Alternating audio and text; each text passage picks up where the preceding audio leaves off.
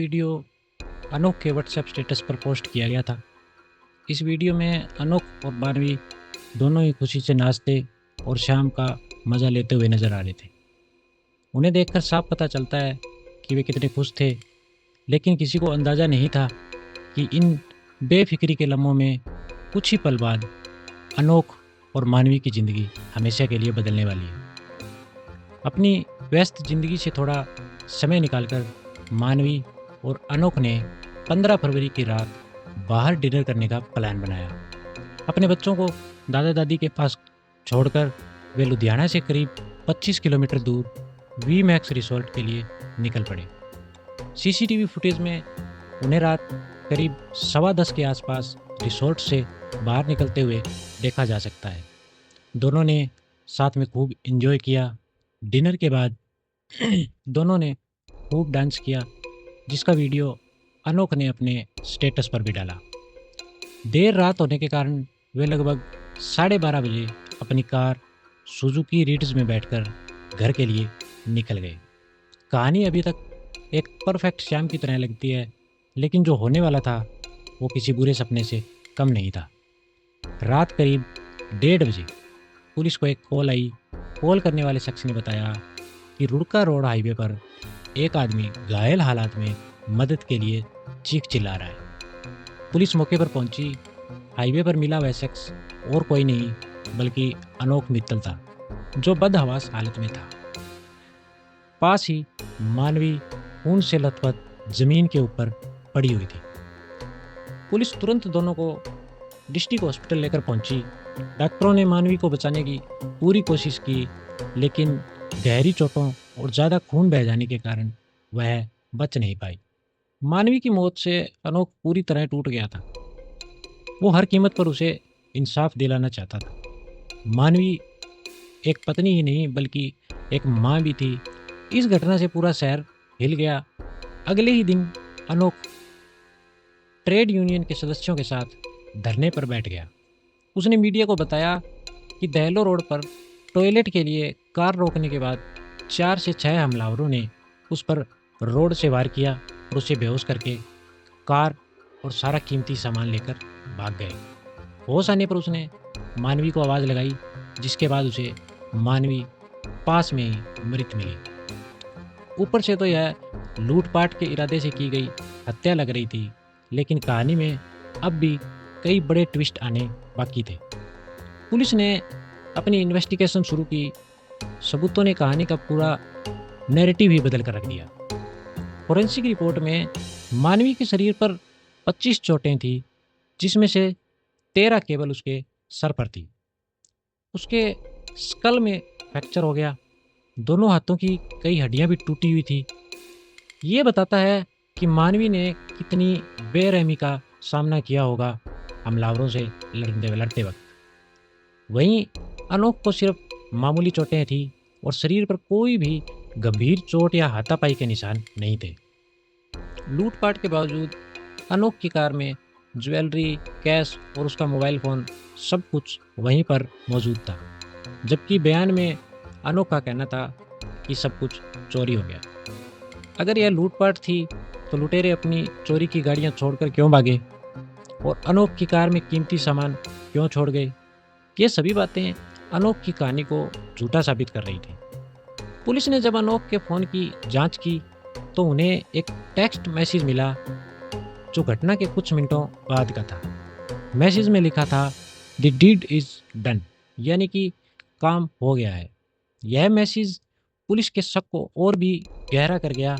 Investigation में सामने आया कि अनोख, जो बिजनेसमैन होने के साथ साथ आम आदमी पार्टी का सक्रिय सदस्य था, अनोख और मानवी की शादी 8 सितंबर 2012 को हुई थी। 2013 में उनकी एक बेटी हुई। 2017 में उनका एक बेटा हुआ, जिससे उनकी फैमिली कंप्लीट हो गई। अनोख का बैटरी और सोलर प्रोडक्ट का बिजनेस भी खूब तेज़ी से ऊंचाइयों को छू रहा था।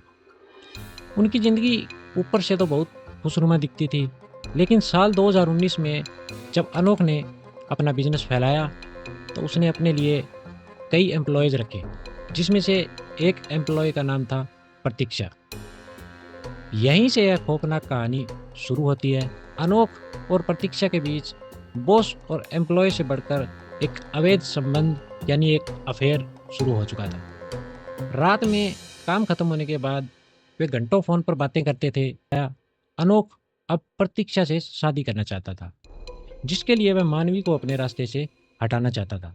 जून 2024 में मानवी को एक अनोख के अफेयर के बारे में पता चल गया, लेकिन फिर भी उसने डाइवोर्स देने से इनकार कर दिया, क्योंकि वह अपने बच्चों की खातिर घर नहीं टूटने देना चाहती थी। जब मानवी ने अनोख को प्रतीक्षा से दूर रहने की धमकी दी, तो प्रतीक्षा ने उसे मानवी को रास्ते से हटाने का आइडिया दे दिया। पहले तो अनोख डरा, लेकिन प्रतीक्षा ने जैसे तैसे उसे इस घिनौने अपराध के लिए मना लिया। अनोख ने सबसे पहले अपने एक एम्प्लॉय हरविंदर सिंह को इस प्लान के बारे में अप्रोच किया। हरविंदर सिंह ने हाँ कर दी, लेकिन बाद में जेल जाने के डर से काम छोड़कर भाग गया।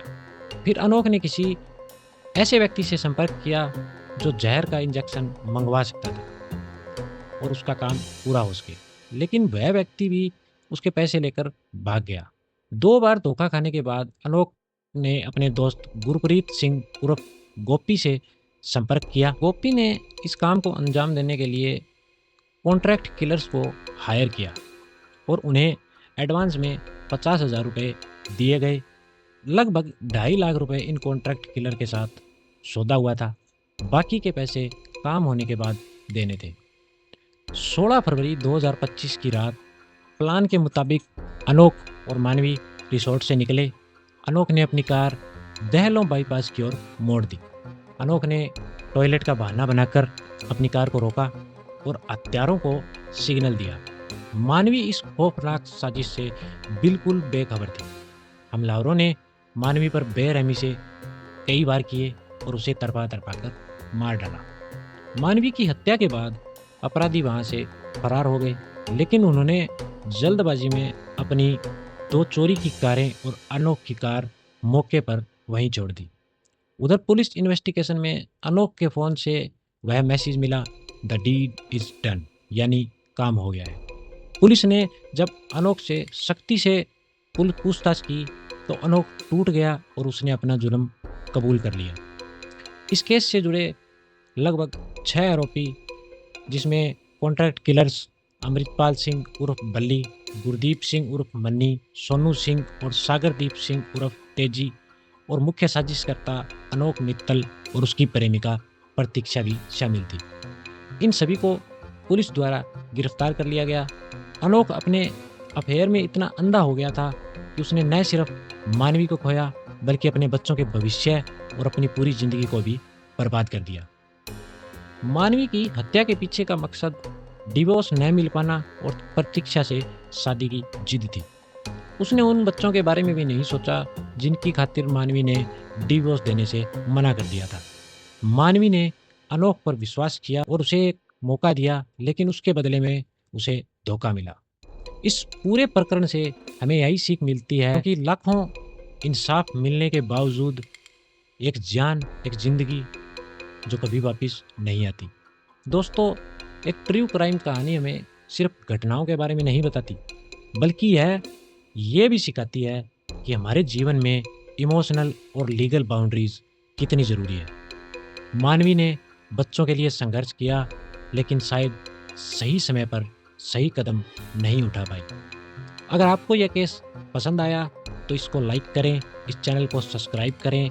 आप इस केस के बारे में और क्या सोचते हैं कमेंट्स में ज़रूर बताएं। अगली बार तक के लिए सुरक्षित रहें और सतर्क रहें। धन्यवाद।